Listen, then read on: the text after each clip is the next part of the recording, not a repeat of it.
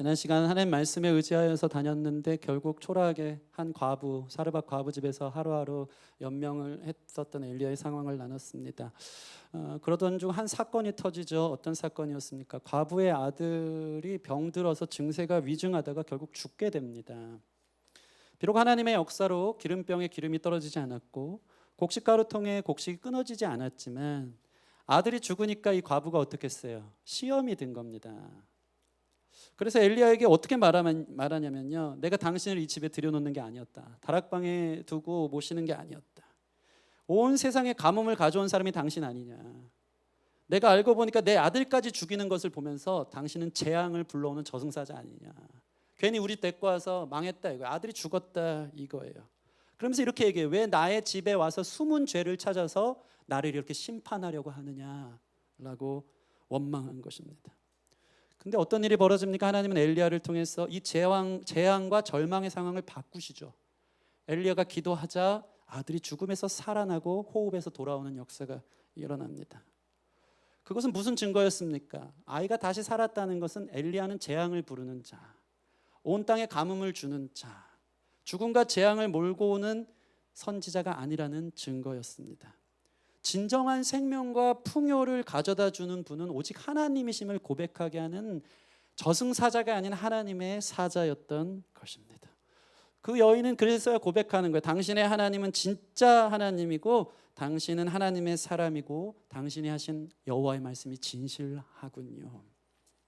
여러분, 이것은 엘리야에게 큰 사인이었습니다. 엘리야도 느꼈겠죠. 죽었던 아이가 자신의 기도로 살아나는 것을 보면서 하나님 말씀대로 섬겼더니, 하나님 말씀대로 순종하여 왔더니 비록 그의 삶은 하루하루 연명하면서 가난 가운데, 굶주림 가운데 과부 집에 연명하며 사는 초라한 삶이었지만 그의 인생의 가치는 진짜 생명을 주는 자, 진짜 풍요와 부요함이 무엇인지 보여주는 하나님의 사자로 쓰임받는다는 것을 그 자신이 깨달았다는 것입니다. 이게 너무 신이 났고 너무 사명의 확신이 생겼어요. 여러분의 이러한 기쁨이 있기를 바랍니다. 여러분의 삶을 통해서, 나를 만나는 사람들을 통해서 생명이 살아나는 역사가 가장 의미 있고 가치 있는 영광의 부르심인 줄 믿습니다. 자신이 저승사자 소리 듣고 살았는데 소생과 부흥을 가져오는 하나님의 사자였구나를 객관적으로 확인한 것입니다. 그리고 나서 제3년이 지나고 기근과 가뭄은 더 깊어졌고 여호와의 말씀이 드디어 임했는데 하나님이 너 엘리야를 향해서 숨어있는 곳에서 나와 다시 아합 왕 앞으로 나아가라고 18장에 처음에 보면 나오고 있습니다. 여러분, 이 3년의 기간 동안 그러나 이세벨은 어떤 일을 행했냐면 더 강력하게 아합 왕 뒤에서 비선실세를 행하고 있었습니다. 이세벨은 사마리아 수도에 그 3년 동안 큰 바알 신전을 건축했고요, 자신의 왕실에 850명의 바알과 아세라의 선지자들을 그 수하에 거느리면서 그 바알 신전을 만든 것입니다. 이스라엘 전 문화를, 전 사회를 바알 신앙으로 변질시키고 있었던 것입니다. 바알 종교혁명을 3년 동안 계속했던 거예요. 그런 일들로 인해서 하나님의 선지자들은 다수 살해됐다고 나와 있고요, 다른 선지자들은 다 50명씩 감옥에 숨어드는 이 절대절명의 위기가 시작된 것입니다. 근데 이런 상황에서 성경은 기가 막히게 보도하는 게 있는데요, 사무엘상 18장 2절 보면 이렇게 나와 있어요. 엘리야가 아합에게 보이려고 가니 그때에 사마리아의 기근이 심하였더라. 자, 보세요. 3년 동안 바알 종교혁명을 일으키고 바알 숭배를 더 극단적으로 극성맞게 했지만 성경은 보도하는 거예요. 그러나 그 사마리아의 기근은 더 심하여졌더라. 바알 신전이 중심에 있었지만 더 큰 기근에 허덕이는 것을 보여주고 있는 것입니다. 풍요의 신, 비와 천둥의 신인 바알을 숭배했지만 어떻게 했다고요? 이스라엘은 죽어갔다. 여러분, 풍요와 번영의 신을 숭배하면 우리 인생에 기근이 옵니다. 매우 역설적이지만 진리인 것입니다. 사람은요, 풍요와 번영으로 사는 것이 아닙니다. 물질의 많음으로 사는 것이 아닙니다. 한번 볼까요? 인류의 문명과 과학이 발달하고 시대는 더 최첨단화되며 풍요로운 세상이 됐지만 우리나라의 행복 지수는 갈수록 떨어지고 있어요. 사람들은 더 우울해하고 싶어요. 더 죽고 싶어 해요. 더 힘든 세상을 맞이하는 거예요. 풍요와 번영이 사람을 더 힘들게 오히려 만들어가고 풍요와 번영을 숭배하다 보니까 말씀은 없어서 말씀의 기근이 오니까 사람은 말씀을 먹고 사는 것인 줄 믿습니다. 하나님의 말씀이 우리를 살리는 것인데 그게 전부인 줄 알고 숭배했더니 사마리아의 기근이 더 심해진 것처럼 우리 인생의 영적 기근이 우리 삶의 기근으로, 영혼의 기근으로 파헤쳐 오고 있는 것입니다. 여러분, 우리가 살 길은 오직 말씀 되신 예수님을 섬기고 사랑하고 예배하는 것인 줄 믿습니다. 말씀이 우리를 살립니다. 그 말씀 앞으로 오늘 나오는 저와 여러분 되기를 바랍니다. 옆 사람과 인사할까요? 말씀이 우리를 살립니다. 한 번 더 인사할 때 말씀이 생명입니다. 그 생명의 말씀을 붙드는 저와 여러분 됐으면 좋겠습니다. 드디어 엘리야는 아하방 앞으로 결판을 내기 위해 갔습니다. 이 기근과 가뭄의 원인이 무엇인가? 바알 때문인가? 하나님 때문인가? 무엇이 정말 죽음을 갖고 오고 누가 생명을 주는가에 대한 더 이상 피할 길 없는 외나무 다리와 같은 일이 벌어진 거예요. 아하방 앞으로 하나님이 보냈고 엘리야는 그곳에서 누가 진짜 하나님이냐, 누가 재앙을 가져오는 것이고 누가 생명을 주시는 분인가에 대한 결판을 지으려고 이제 기로에 선 마지막 대결을 위해 달려가고 있는 것입니다. 아니나 다를까 다 오해하고 있어요. 3년 만에 아하방 앞에 나타난 엘리야를 향해 아하방이 처음 한 소리가 이거예요. 열왕기상 18장 17절 보면 이스라엘을 괴롭히는 자여 너냐 하는 거예요. 너 때문에 이스라엘이 이 모양 이 꼴 됐다. 네가 재난을 선포하고 이 땅에 가뭄과 기근을 가져온 재앙의 사자 아니냐. 이스라엘을 너가 괴롭힌다 라고 얘기하는 거예요. 그러나 지금 엘리야의 마음은 어떠했을까요? 죽은 아들을 살리고 부르심의 소명에 매우 뜨거웠어요. 나는 죽음의 사자가 아니라 생명의 사자다. 진정한 풍요와 부유함을 주는 하나님의 사자라는 확신이 있었기 때문에 너가 이스라엘을 괴롭혔어. 너 때문에 이스라엘이 죽었어. 다 망했어는 아하방 앞에 한 치의 양보도 없이 이렇게 얘기합니다. 열왕기상 18장 18에서 19절 말씀 보면 제가 읽어드릴게요. 그가 대답하되 내가 이스라엘을 괴롭게 한 게 아니라 당신과 당신의 아버지 집이 괴롭게 하였으니 이는 여호와의 명령을 버렸고 당신이 바알들을 따랐음이라. 그런즉 사람을 보내 온 이스라엘과 이세벨의 상에서 먹는 바알의 선지자 450명과 아세라의 선지자 450명을 갈멜산으로 모아 내게로 나오게 하소서. 분명하게 얘기하는 거예요.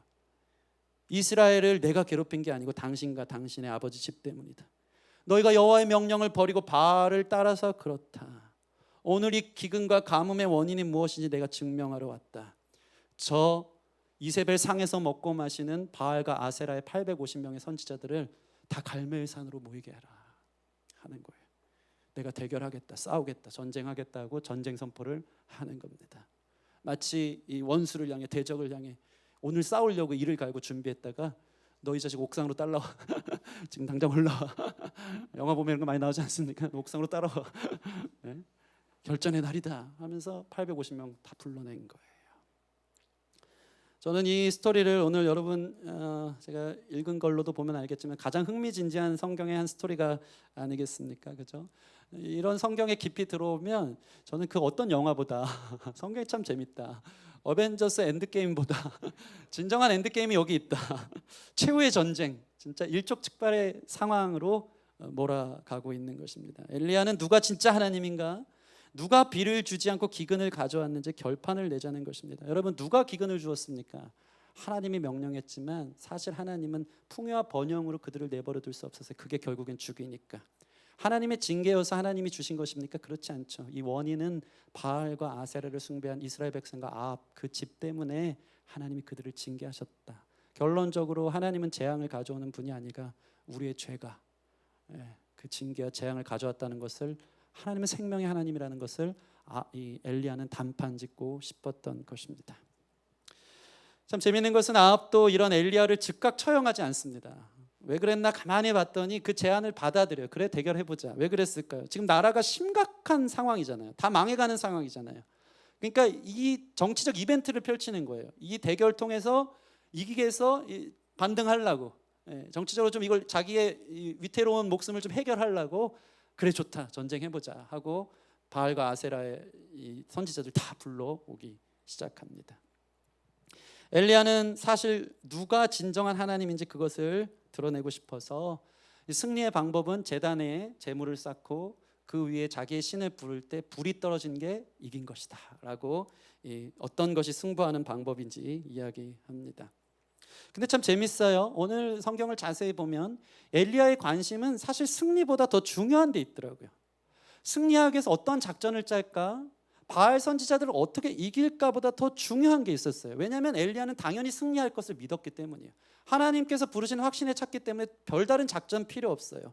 그것보다 엘리야가 더 많이 관심을 가진 것은 무엇이냐면 바로 이스라엘 백성에게 있었던 것입니다. 오늘 성경을 보면 계속해서 이스라엘 백성이 대결 안으로 들어오라고, 이 대결을 주목하라고, 진짜 누가 하나님인지 너희가 선택하라고, 이 승리는 이미 정해져 있고 그 승리를 취하도록 머뭇거리지 말고 대결 안으로 들어오라고 엘리야의 모든 관심은 백성들이 이 대결 안으로 들어와서 그 승리를 보라는 것에 관심이 있었던 것을 우리는 성경을 깊이 보면 알 수 있는 것입니다. 이 대결을 통해 승리는 이미 따놓은 당상이고 궁극적으로 백성들의 마음이 돌아서는 것, 바알로부터 돌아서는 것, 주님께 돌아오는 일, 주님 당신이 참 하나님이심을 고백하는 일이 엘리야에게 너무나도 중요한 일이어서 이 이슈를 여러 가지 퍼포먼스를 통해서 백성들이 계속 주목하도록 만드는 것을 우리가 오늘 말씀을 통해 주목해야 하는 것입니다. 그래서 이 대결을 앞서서 먼저 이 엘리야는요 이스라엘 백성들에게 먼저 다가갑니다. 우리 21절 말씀 같이 읽어보겠습니다. 21절 시작. 엘리야가 모든 백성에게 가까이 나아가 이르되 너희가 어느 때까지 둘 사이에 머뭇머뭇하려느냐. 여호와가 만일 하나님이면 그를 따르고 바알이 만일 하나님이면 그를 따를지니라 하니 백성이 한마디도 대답하지 아니하니라. 아멘. 여러분, 처음 이 백성들의 상태를 이 성경은 폭로하고 있는 거예요. 지금 현재 백성들의 상태는 어떻습니까? 전쟁이 있기 전, 이 대결 구도가 있기 전 백성들의 상태는 머뭇머뭇거리고 있었던 것입니다. 엘리야가 가까이 갔다는 것은 그들은 멀리 떨어져서 불난집 불구경하듯이 온 거예요. 와, 누가 이기냐 한번 볼까? 바알인가 하나님인가? 야, 진짜 누가 이거 정말 재밌겠는데, 빅매치인데 하고 있었던 거예요. 누가 이 파워게임을 이기나 구경하러 온 것입니다. 근데 엘리야는 이 백성들에게 너희가 똑똑히 보고 결정할 일이야, 이것은 너희에 관한 일이야 라고 보여주고 있는 거예요. 고개를 돌려서 목도하게 하고 있는 거예요. 박쥐와 같은 아합 왕처럼 똑같이 닮은 백성들을 향해 그들의 중심을 꿰뚫어 보며 너희들의 잘못된 신앙 태도를 꼬집어서 너희가 어느 때까지 둘 사이에서 머뭇머뭇할 것이냐, 바알이냐 하나님이냐 선택하라는 것입니다. 근데 충격은 뭡니까? 이스라엘 백성들이 하나님이다 선택합니까? 아니요. 그들은 말 한마디도 대답하지 못했다는 것입니다. 이게 매우 중요합니다. 이들이 침묵했다는 것은 무엇을 말할까요? 엘리야의 고발 앞에 너무 미안해서 송구스러워서 하나님 앞에 너무 죄송해서 말을 못했을까? 그렇지 않아요. 둘 중에 어느 것 하나도 포기할 수 없었던 자기가 드러난 거예요. 세상이냐 하나님이냐, 물질이냐 하나님이냐, 성공이냐 하나님이냐, 인기냐 하나님이냐, 쾌락이냐 하나님이냐 해서 머뭇거렸던 이스라엘 백성들의 상태를 보여주는 것입니다. 이것은 사실 우리를 향한 하나님의 폭로라는 것입니다. 여러분은 누구냐 이 말입니다. 우리는 정직하게 세상이냐 하나님이냐, 물질이냐 하나님이냐 해서 당당하게 나는 하나님입니다라고 고백할 수 있는 사람이 얼마나 있을까, 그런 생각을 하게 된다는 것입니다. 우리도 기회만 되면 눈앞에 있는 것을 선택합니다. 주님도 좋지만 세상도 좋잖아요. 머뭇거리잖아요. 대답을 못합니다. 이 이중성이 우리 안에 있는 것이죠. 양다리 걸친 신앙이 있는 것입니다. 헨리 나우엔이라는 신학자가 충격적인 말을 했어요. 우리는 성자가 되길 원하면서 자극적인 죄의 향락을 또한 원한다. 우리 자신 아닌가요? 이 불완전한 존재. 말씀 듣고 은혜가 넘치면 정말 성자가 되길 원하죠. 예수님 닮기 원하죠. 은혜 가운데 살길 원하죠. 그게 우리 진심인 줄 믿습니다. 그 마음에 불이 일어나기를 소원합니다. 그러나 다른 한편으로는 자극적인 죄의 향락을 또 원하는 죄성 가득한 게 우리 자신, 머뭇머뭇거리는 우리 자신, 그 자신이 우리가 아닌가 보게 되는 것입니다. 오늘 엘리야를 통해서 우리 상태가 어떠한지에 대한 이 현타가 오게 하는 거예요. 질문하는 거예요. 왜 머뭇머뭇거리냐, 왜 한마디 말도 못하냐. 오늘 결정하는 귀한 시간이 됐으면 좋겠습니다. 엘리야와 바알 선지자들의 이 대결을 통해서 결국 복음은요, 우리로 하여금 절대절명의 기로에 서게 합니다. 둘 다 가져갈 수는 없어요. 뒤를 돌아볼 수는 없어요. 십자가를 통과해서 가다 보면 세상 등지고 십자가 보내라는 그 일밖에 없는 거예요. 이 거룩한 선택을 할 수 있도록, 오늘 말씀 가운데 승리가 우리의 승리가 될 수 있도록 귀한 역사가 있기를 주님의 이름으로 축원합니다. 이제 대결이 시작됩니다. 바알 선지자들이 먼저 선공합니다. 그들은 자신이 할 수 있는 최고의 종교 행위로 바알의 응답을 구합니다. 아침부터 정오까지 바알의 이름을 크게 불렀고요, 제단 주위를 돌면서 뛰놀았습니다. 미친 듯이 자신들이 할 수 있는 최고의 제의적 행위를 한 것입니다. 일종의 접신 행위처럼 구슬하듯 영매가 되어서 거기에 빠져들어서 미친 듯이 바알 신을 부르기 시작한 것입니다. 그러나 바알이 응답했습니까? 아무 일도 없었어요. 여기서 엘리야는 이미 승리한 것을 원래 알았기 때문에 너무나도 여유롭게 바알 선지자들을 자극시키죠. 27절 말씀, 27절. 정오에 이르러는 엘리야가 그들을 조롱하여 이르되 큰 소리로 부르라. 그는 신인즉 묵상하고 있는지, 잠깐 나갔다 왔는지, 아니면 다른 길에 갔는지, 혹은 그가 잠이 들어서 깨워야 할 것인지 하라 하는 것입니다. 더 크게 불러라. 신이 지금 묵상하러 기도하러 갔나 보다. 아니 너무 바빠서 딴 데 갔나 보다. 아니면 지금 잠들어 있을 수도 있으니까 더 깨워라. 막 자극하는 거예요. 그러자 이들은 어떤 일을 벌입니까? 큰 소리로 부르면서 갑자기 창과 칼을 꺼내서 자기를 자해를 하는 거예요. 피를 내면서 응답을 구하는 거예요. 그런데 어떤 일이 있었죠? 아무 소리도 응답도 돌아보는 자도 없었다. 여러분, 이것이 바로 종교입니다. 종교에는 진정한 응답이 없습니다. 혹자는 저에게 물어볼 거예요. 타 종교에도 응답과 기적이 있지 않습니까? 있죠. 병이 낫는 일이 있고 신비 체험이 있고 심신이 편해질 수 있습니다. 그러나 우리는 이 싸움의 스케일을 이해해야 합니다. 이 싸움은 그냥 문제 해결이 되느냐 안 되느냐, 기적이 일어나느냐 안 되느냐의 수준이 아닌 거예요. 구원의 문제인 거예요. 누가 생명을 주고 누가 죽음을 가져오느냐의 문제에 있어서 세상의 모든 종교는 응답할 수 없는 것입니다. 믿으십니까?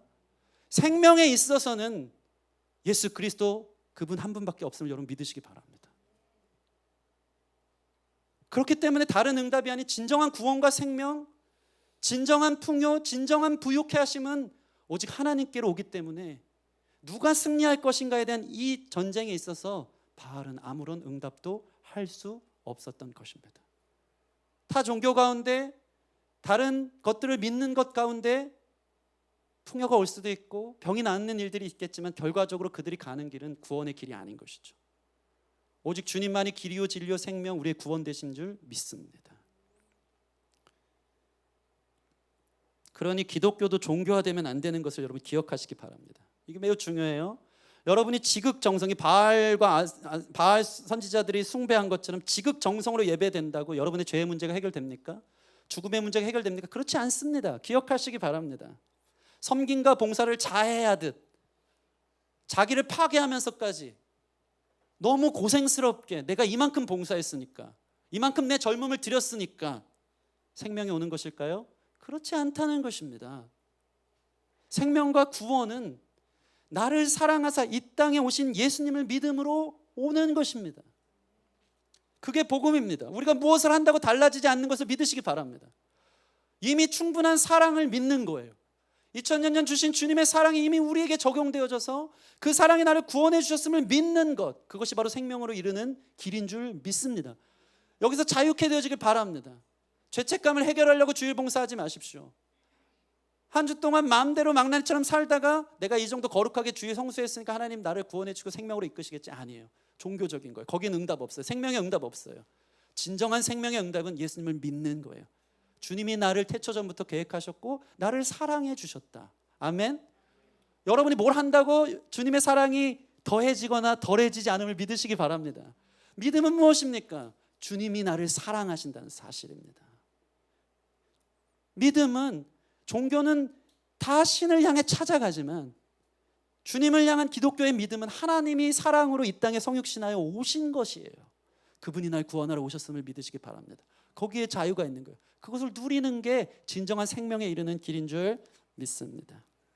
자, 이제 이 바알의 선지자들의 숭배 앞에 아무런 응답이 없었던 바알 신과는 다르게 이제 엘리야의 차례가 돌아왔습니다. 여기 이 말씀에 여러분 지금부터 주목하시길 바랍니다. 이제 엘리야의 차례가 왔어요. 근데 그의 종교 행위는 사실 매우 심플합니다. 오늘 성경을 보면 매우 심플해요. 기도는 매우 짧아요. 딱 2절 나와요. 단순하고 짧은 기도를 던집니다. 그런데 그 전에 이상한 형식들을 갖추면서 퍼포먼스를 해요. 여기에 주목하기 바랍니다. 제가 처음에 말한 것처럼 이스라엘이 누가 하나님인지 누가 생명인지 깨닫게 하는 게 목적이라 그랬잖아요. 이스라엘 백성들이 하나님께 이 대결에 들어서 하나님께 주목하기를 원해서 그의 퍼포먼스는 첫 번째 이스라엘 백성들을 향해서 가까이 오라고 말하고 있습니다. 30절 말씀 같이 읽어보겠습니다. 30절 시작. 엘리야가 모든 백성을 향하여 이르되 내게로 가까이 오라. 백성이 다 그에게 가까이 가매 그가 무너진 여호와의 제단을 수축하되. 아멘. 엘리야가 이제 자기의 차례가 온 거예요. 바로 바알이 하나님을 그 자신들의 이 바알 선지자들이 바알을 부르듯이 한 게 아니고 하나님을 바로 부른 게 아니고 일단 백성들에게 나아가서 가까이 오라. 가까이 와서 보라고 얘기하는 것입니다. 더 이상 방관자로 멀리서 누가 이겼는지 구경하지 말고 결과만 듣고 아 그랬구나 하지 말고 가까이 와서 보라는 것입니다.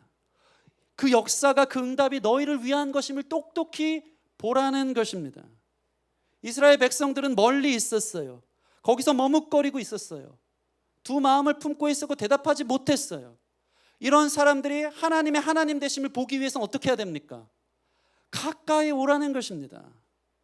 하나님을 가까이 하시기 바랍니다. 그 생명이 여러분의 것이 되는 것이에요. 사람의 물리적 거리는요 사실 심리적 거리와 가깝다고 합니다. 예배도 구경하러 오거나 그냥 소식만 들으려고 멀리 서 있으면 절대 나의 은혜가 될 수 없습니다. 이건 확실합니다. 예배 드릴 때 주님 앞에 가까이 오시기를 바랍니다. 그러면 여러분의 이야기로 들릴 거예요. 여러분의 하나님임을 고백하게 될 줄 믿습니다. 멀리 서서 비본질적인 것에 자기를 두지 않기를 바랍니다. 구경뿐이 되지 않기를 바랍니다. 물리적으로 거리가 멀리 있는 사람들은 그래서 수상한 거예요. 우리 종은 간사님 제일 멀리 있어. 수상한 거야 지금. 이 물리적 거리가 심리적 거리거든요. 다 알아. 예배에 가요. 되게 신기해요. 뭐 이게 스텝들이니까 제가 얘기하지 않겠지만 유머입니다. 여러분이 알 거예요. 하나님과의 마음이 멀잖아요. 예배가 불편해요. 가까이 오기가 싫은 거예요. 두 마음 품잖아요. 빨리 끝났으면 좋겠어요. 괴롭거든요. 하나님은 엘리야를 통해서 지금 이 싸움 가운데 너희가 들어오길 원한다고. 가까이 와서 너희의 이야기인 것을 보라고. 다른 퍼포먼스라는 게 아니고 가까이 오라고 그들을 권유하는 것입니다. 여러분, 죄가 있는 사람들은 마음의 거리가 멀어져요. 에덴에서 쫓겨난 인류는 에덴 동편 저 먼 곳 더 멀리 가서 바벨탑을 짓습니다. 집 나간 탕자도 아버지가 찾아오지 못할 것 같은 더 먼 나라로 가요. 가까이 가지 않습니다. 여러분, 멀리 있지 말고 예수님께 가까이 오는 저와 여러분 되길 바랍니다. 삭개오처럼 너무 가까이서 보고 싶어서, 주님이 나의 주님으로 만나고 싶어서 뽕나무 위에 올라가서라도 가까이 하고 싶은 열정들이 여러분 안에 회복되기를 바랍니다.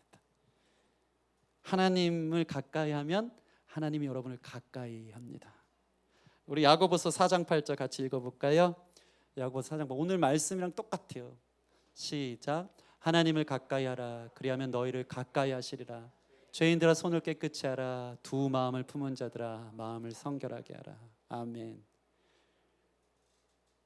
열왕기상 쓴 저자랑 야고보 쓴 저자랑 다른데 오늘 우리의 마음 상태를 야고보 사도가 성경을 통해 드러내고 있는 거예요. 하나님 왜 가까이 하지 못하니? 두 마음을 품어서 그래. 마음을 성결하게 하고 주님을 가까이 해라 말씀하고 있는 것입니다. 여러분, 주님께 가까이 나오길 바랍니다. 마음을 성결하고 기도하는 자리를 찾으세요. 그럼 하나님이 여러분을 가까이 할 줄 믿습니다. 제가 경험하는 거예요. 여러분의 마음 상태가 어떻든, 영적으로 얼만큼 다운됐고 내가 세상을 얼만큼 사랑하고 죄의 구덩이에서 얼만큼 둥글든 상관없이 하나님께 무릎 꿇는 기도가 회복되면 하나님이 우리를 가까이 하십니다. 우리를 향한 성령이 떠나지 않으십니다. 그러면 나의 이야기로 들리는 거예요. 최근에 제가 키우던 달팽이 한 마리가 죽었습니다. 저는 물론 성경에도 보면요, 뱀의 자취를 보고 깨달으라 막 이런 거 있잖아요. 동물 보면서 전 기가 막히게 깨닫거든요. 뭐 딴 데서 깨닫겠습니까? 승리가 한 2달 전에 교회에서 잡아왔습니다. 근데 그 키워야 되는 책임은 저의 몫이었습니다.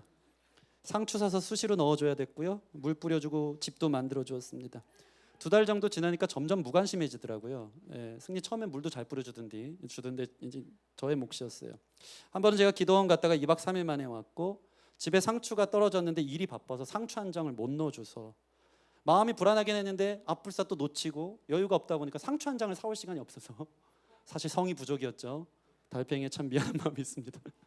5일 만에 뚜껑을 연 거예요. 앞불사 달팽이가 집 뚜껑을 열어보니까 달팽이가 건강 딱 붙어 있잖아요. 흙 속에 파묻혀 있었습니다.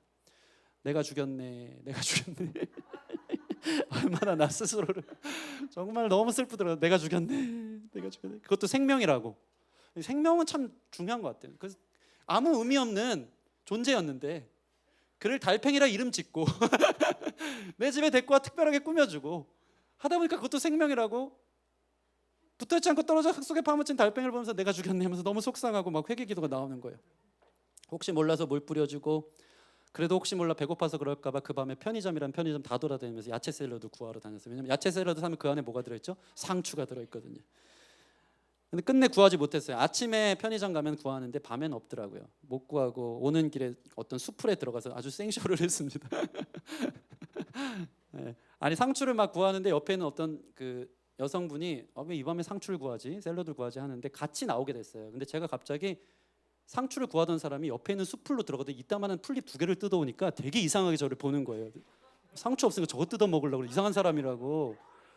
뭐 얘기도 못하고 뭐 사연을 어떻게 얘기하겠습니까? 그래서 2장 들고 급하게 뛰어와서 일단 넣어주고 물 뿌려주고 놨어요. 뚜껑을 닫았어요.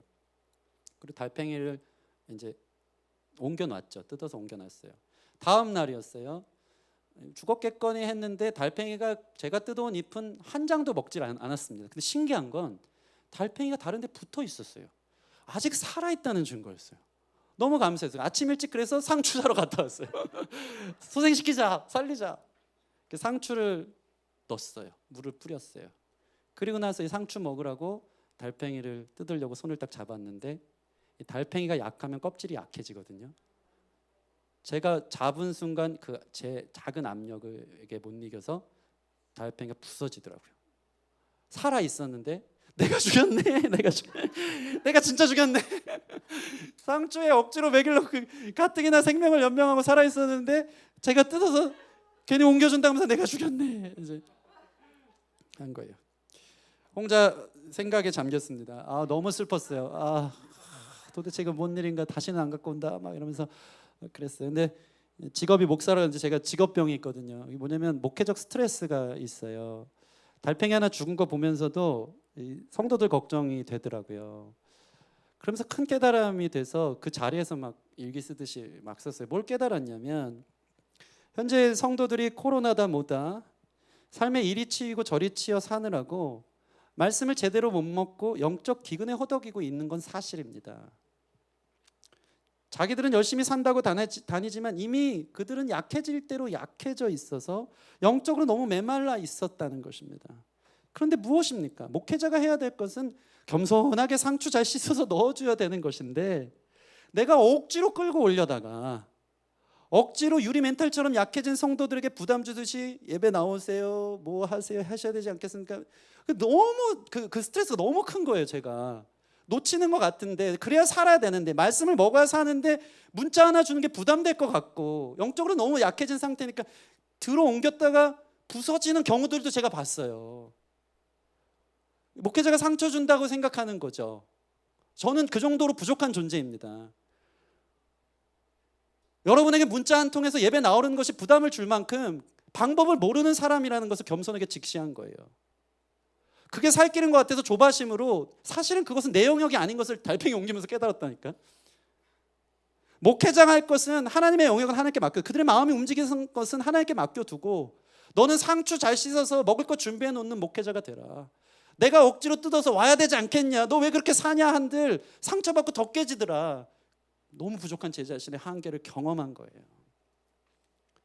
제가 죽였네, 제가 죽였네. 그러면서 멀어진 성도들 생각나고 마음이 너무 아팠어요. 그러면서 제가 이 말씀을 보는 거예요. 제가 아니라 누가 말하고 있습니까? 하나님을 가까이 하라. 제가 옮겨다 놓는 게 아니고 하나님이 말씀하신 것을 믿습니다. 저는 상추 잘 씻어 놓을 테니까 여러분 가까이 오세요. 제가 억지로 뜯어내지 않을 테니까 조심스럽게 오세요. 오셔서 주의 말씀으로 다시 살아나기를 바랍니다. 이러면서 저도 성장하는 것 같아요.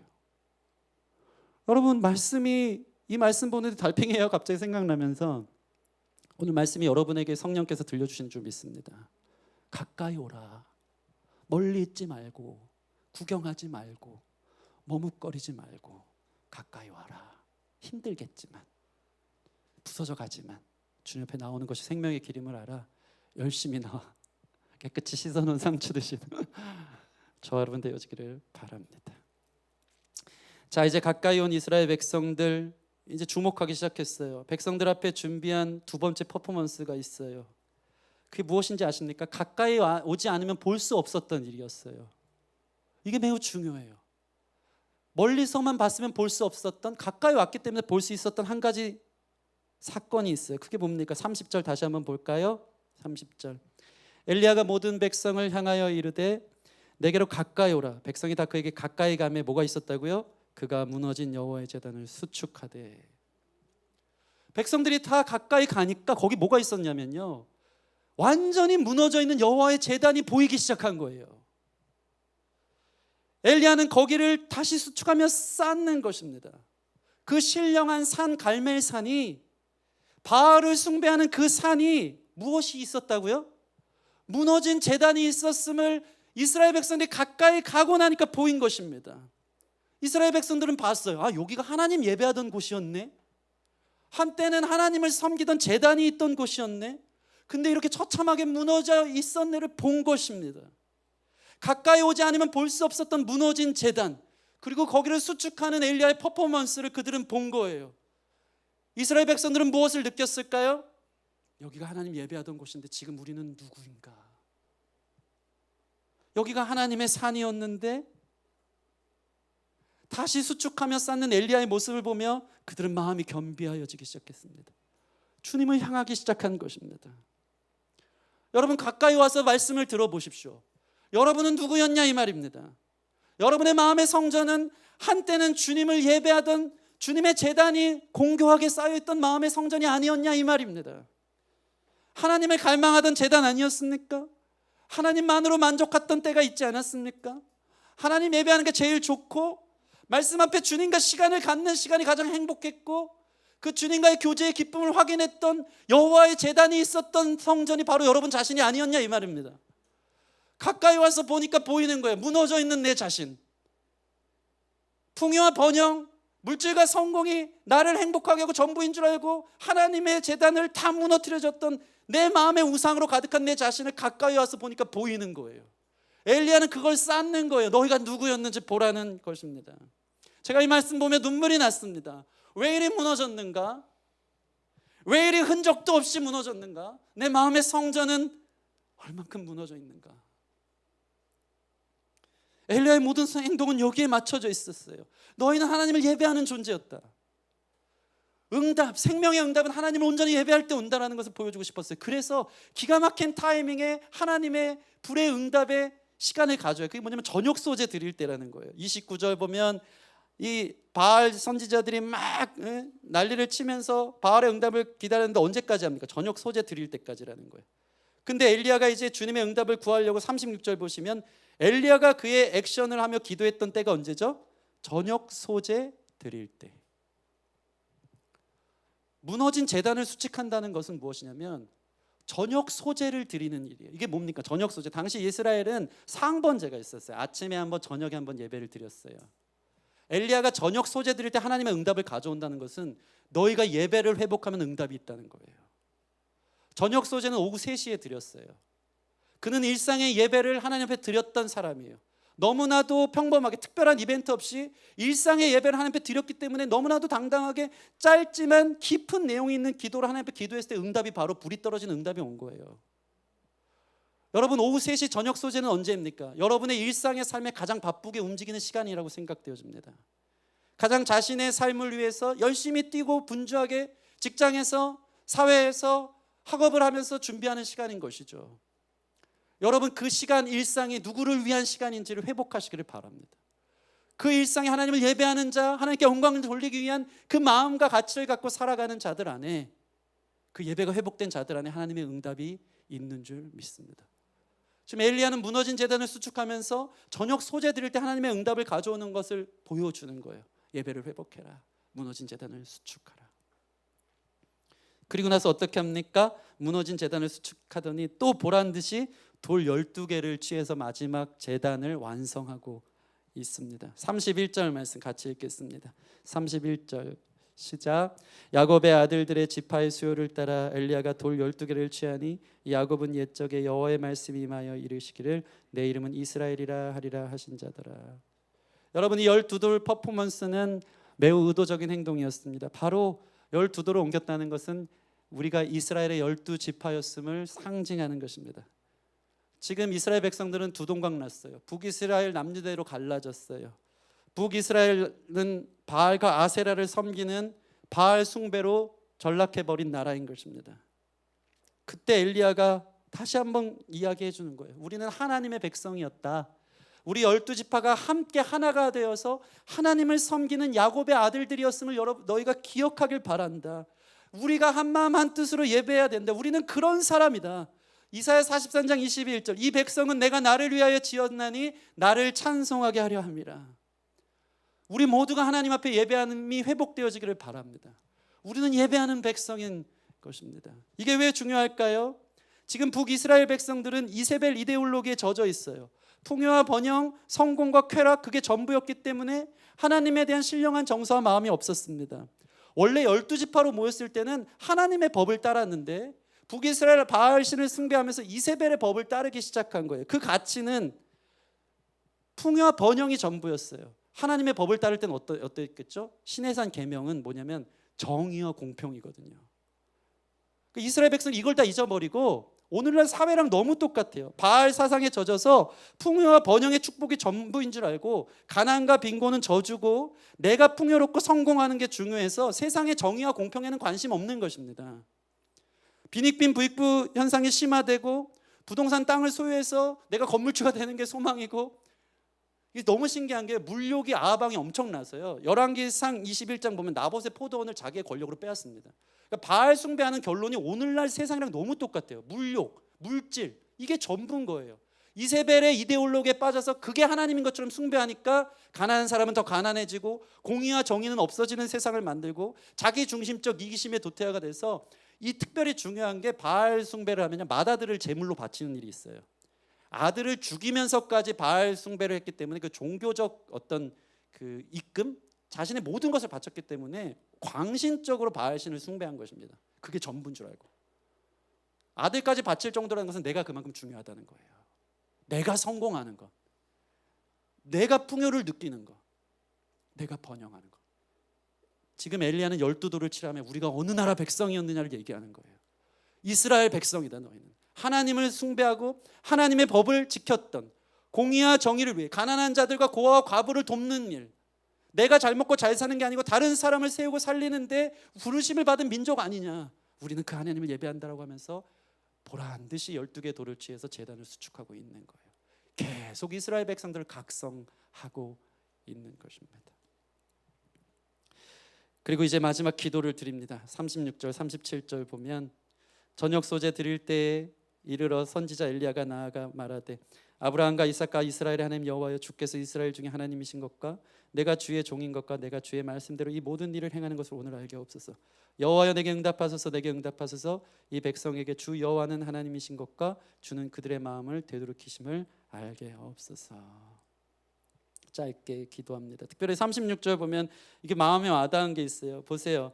엘리야는 철저하게 이스라엘 백성들에게 하나님이 여호와 하나님이심을, 주께서 이스라엘 중에서 하나님이신 것을, 그리고 나는 단지 당신의 종이며 주의 말씀대로 순종하는 자고 주님만 높임받고 주님만 하나님 되심을 증거하는 것이 제 이 대결의 목적이라는 것을 보여주고 있는 것입니다.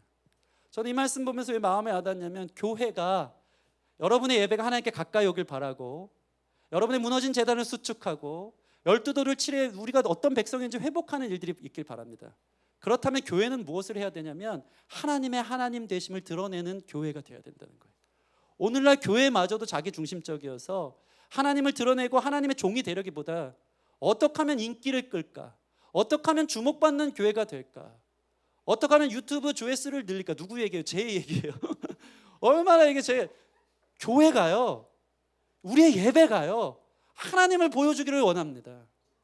우리의 주 되신 하나님을 드러내기를 원합니다. 우리 교회의 브랜드 가치를 높이는 교회가 되지 않도록 기도해 주시기 바랍니다. 말씀 잘 전하는 교회, 찬양팀 탁월해서 노출돼서 브랜드 가치가 이러니까 그것 또한 인간적 풍요와 성공을 원하는 우상 아니겠습니까? 엘리야는 완전히 여기에 철저히 배제돼서 그의 짧은 기도 중에 한 구절은 나는 주의 종인 것과 나는 주의 말씀대로 순종할 뿐이고요, 이 백성이 여호와 하나님 당신을 알게 하옵소서. 우리의 예배가 그러한 예배가 되어지기를 소원합니다. 그때 불의 응답이 있는 거예요. 하나님의 응답은 거기에 있는 것입니다. 그리고 엘리야가 여호와여 내게 응답하소서. 오늘 주제 나오지 않습니다. 37절 보면 그들의 마음을 되돌이키심을 알게 하옵소서. 이 모든 목적은 그들이 머뭇거리는 자리에서 나의 하나님이 진짜 하나님입니다 하면서 그들의 마음이 되돌이키는 것이 그의 목적이었던 것입니다. 이제 말씀을 마칩니다. 드디어 이스라엘 백성들은 놀랍게 떨어진 불이, 사실 엘리야가 일부러 물을 흠뻑 적시잖아요. 3번이나. 완전히 불이 떨어질 수 없는 조건을 만들어 놓는 거예요. 제단과 나무를 다 적셨는데 성경이 기가 막히게 표현하지 않습니까? 불이 내려서 번제물과 나무와 돌과 흙을 태우고 그 도랑의 물을 핥은지라. 예배를 방해하려고 일부러 만들어 놨던 모든 조건들을 하나도 남김없이 그냥 다 핥아 태워서 완전한 주님의 불의 임재와 승리를 보여주고 있는 것입니다. 하나님을 보여주는 예배, 주님께 가까이 오는 예배자에게는 방해될 것이 없습니다. 세상 물로 덮여져서 완전히 잠식돼서 세상 물로 나 자신을 이 도랑에 가득 채우듯이 3번이나 붙듯이 되더라도 하나님의 임재가 있는 곳에는 이 모든 것을 태우고도 남을 만한 하나님의 은혜가 있는 줄 믿습니다. 우리 예배가 그러한 예배 되어지기를 소원합니다. 그래서 이스라엘 백성들은 드디어 고백합니다. 여호와 그는 하나님이시로다. 여호와 그는 하나님이시로다. 그리고 엎드려 하나님 앞에 예배하고, 바알 선지자들은 기손시내가에 대해서 다 죽는 일이 벌어집니다. 여러분, 온전한 예배자가 누굽니까? 하나님 앞에 가까이 오십시오. 그리고 말씀이 폭로하는 대로 우리의 무너진 제단을 보는 저와 여러분 되어지길 소원하고, 저녁 소재를 회복하십시오. 여러분 삶의 예배가 회복되는 것이 능력인 줄 믿습니다. 특별한 기도, 특별한 퍼포먼스, 특별하게 자해를 하면서 고행을 하면서 하는 예배가 아니라 정말 매일의 삶을 하나님과 동행할 때 하나님의 응답이 있는 예배자가 될 줄 믿습니다. 그리고 하나님 함께 예배하는 하나님 나라 백성 이스라엘로 서 있기를 바랍니다. 그리고 교회는 엘리야와 같이 주가 하나님이며 주님의 말씀대로만 순종하는 교회 될 수 있도록 기도해 주시기 바랍니다. 그럴 때 하나님은 생명으로 응답하십니다. 불과 같은 성령으로 우리 영의 소원을 만족해 하시는 것입니다. 그래서 여호와 그는 하나님이라고 고백하는 거룩한 역사가 우리 마음에 여호와의 불로 활활 타오르고, 무너진 제단을 향한 뜨거운 회개, 우리가 누구였는지 기억하고 하나님을 향해 마음을 돌이키는 거룩한 역사가 우리의 삶 가운데, 예배 가운데 일어나기를 주님의 이름으로 축원합니다. 우리 같이 기도하는 시간 갖겠습니다. 찬양하고 기도했으면 좋겠어요.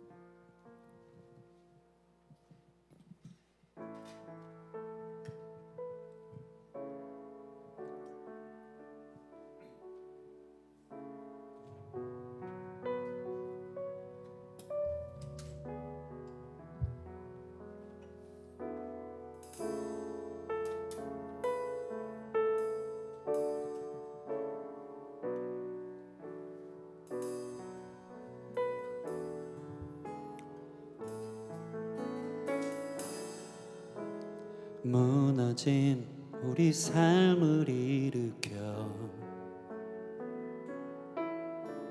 주님의 나라 품게 하시네.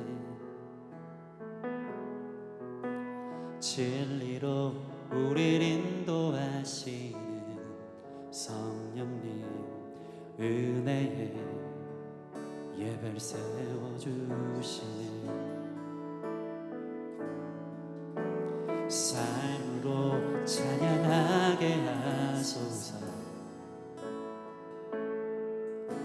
삶으로 예배하게 하소서.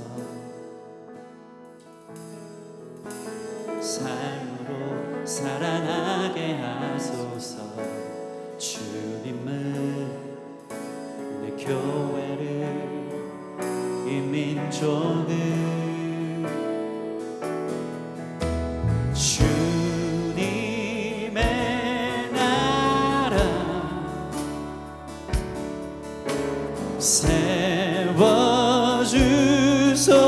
세워주소서.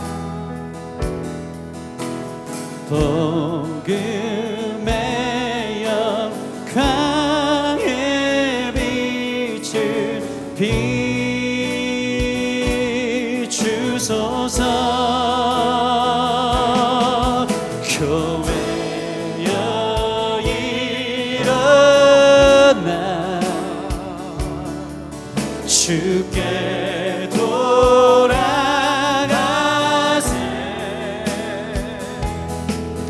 만왕의 왕께 다시 경배 드리세.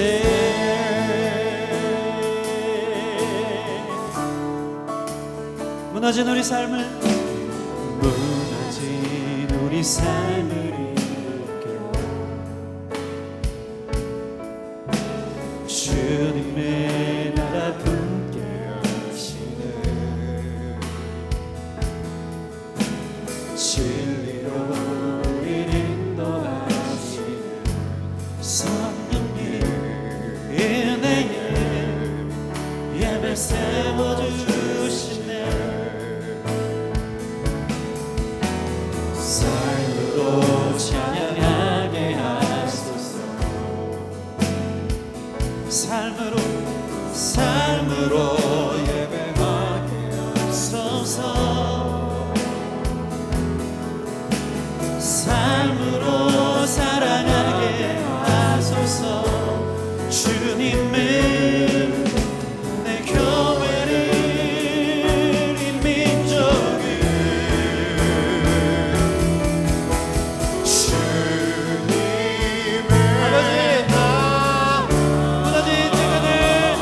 세워주시옵소서.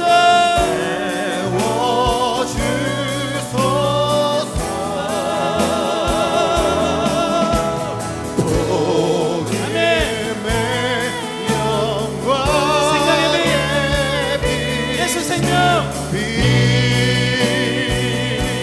비추소서. 교회여 일어나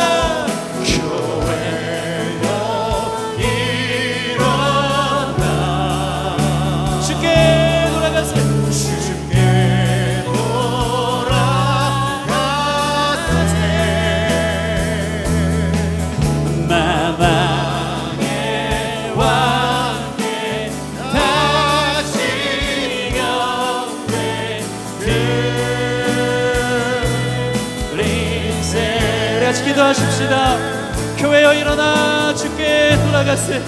무너진 제단을 다시 한번 수축하고 12개의 돌을 취하여 이 백성 하나님 나라 백성 하나님 나라 가치와 말씀을 쫓아 살아가 생명의 빛을 전하는 삶으로 살아가기를 원합니다.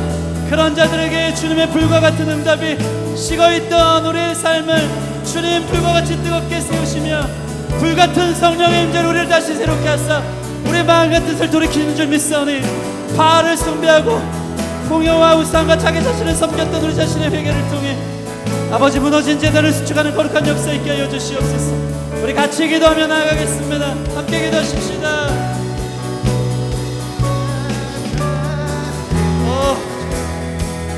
능력이 회복되기를 원합니다. 능력이 회복되기를 원합니다. 생명 불과 같은 주님의 역사 예배 가운데 나타나도록 무너진 가까이 와서 보니 무너진 그 제단들을 다시 한번 쌓기를 원합니다. 아버지 진정한 응답이 있는 곳 하나님이 계신 곳 주님을 예배하는 곳에 주님을 향한 뜨거운 사랑이 쏟기는 줄 믿습니다. 세상의 물을 핥아버릴 만큼 거룩한 주님의 임재가 불길 같은 성령이 우리의 마음을 만지는 줄 믿사오니 두 가지 마음을 품은 우리 자신이 그는 하나님 여호와로다 고백할 수 있는 우리가 될 수 있도록 축복하여 주시옵소서.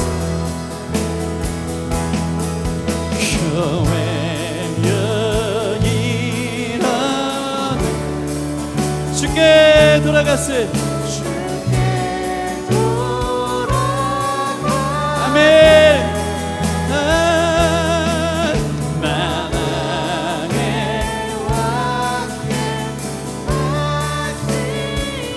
주님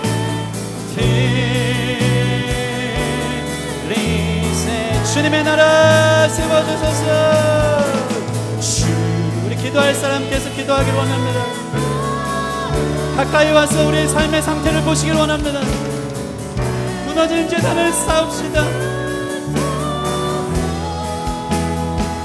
진정한 응답이 있는 주님께로, 살아계신 주님, 우리를 살리시는 주님, 우리 삶의 가치와 목적이 주님인 당신이 될 수 있도록 교회여 일어나 주께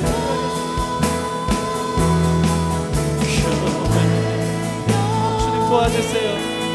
무엇 때문에 삽니까? 무엇 때문에 삽니까?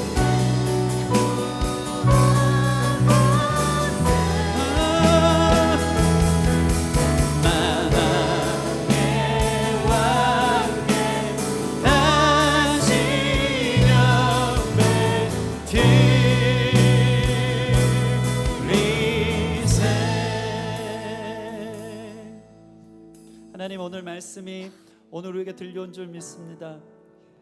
진정한 생명이 누구에게 있는가? 진정한 삶의 소망이 누구에게 있는가? 머뭇거리지 말고 바알이냐 하나님을 선택하라는 우리 자신. 오늘 말씀 앞에 무너진 제단, 나의 삶에 무너진 예배들을 보게 하시니 주님 감사하고 또한 죄송합니다. 아버지 말뿐이고 깨달은 즉 즉시 잊어버리고 주님의 이름의 영광을 위한 삶이 아닌 나 자신만을 위해 살았던 우리의 모든 삶, 주님의 영광이 아닌 우리 자신의 영광을 구했던 우리의 예배가 있었다면 주님 회개합니다. 거기엔 진정한 응답, 생명이 없습니다. 진짜 응답, 불과 같이 우리를 소성케 하고 살리고 거룩케 하고 뜨거운 열정을 일으키는 주의 불의 응답은 주님의 마음을 헤아리고 주님의 말씀대로 살아가며 무너진 예배를 회복하는 자리에 있는 줄 믿사오니 거창한 기도, 거창한 예배의 폼, 그게 중요한 것이 아니라 우리의 일상의 상번제, 매일의 삶의 저녁 소재가 회복되어 매일의 삶의 예배자가 될 때 기도하는 모든 것은 응답되어지고 그 응답은 모든 것을 생명으로 이끄는, 재앙이 아닌 평안과 소망으로 이끄는 응답인 줄 믿사오니 아버지, 우리 삶에 있는 바알 신전을, 바알 선지자 아세라, 바알 신을 숭배했던 모든 것을 죽이사 다시 한번 하나님을 결정하고 여호와 그는 하나님이로다, 우리의 하나님, 유일하신 하나님을 고백할 수 있는 우리 모든 성도들 될 수 있도록 축복하여 주시옵소서. 오늘도 그렇게 우리 가운데 일하신 주님께 감사와 찬양을 올려드리며 예수님 이름으로 기도합니다. 아멘. 우리 다 같이 자리에서 일어나서